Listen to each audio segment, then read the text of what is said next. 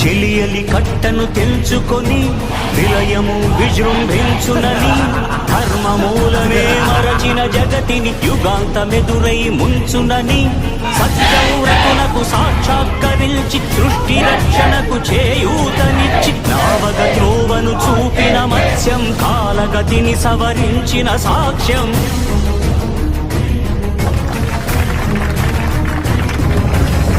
చేయదలచిన మహత్కార్యము మోయజాలని భారమైతే పొందగోరినదందలేని నిరాశలో అణగారిపోతే బుసలు కొట్టే అసహనపు నిట్టూర్పు సెగలకు నీరసించక ఓటమిని ఓడించగలిగిన ఓరిమే కూర్మమన్నది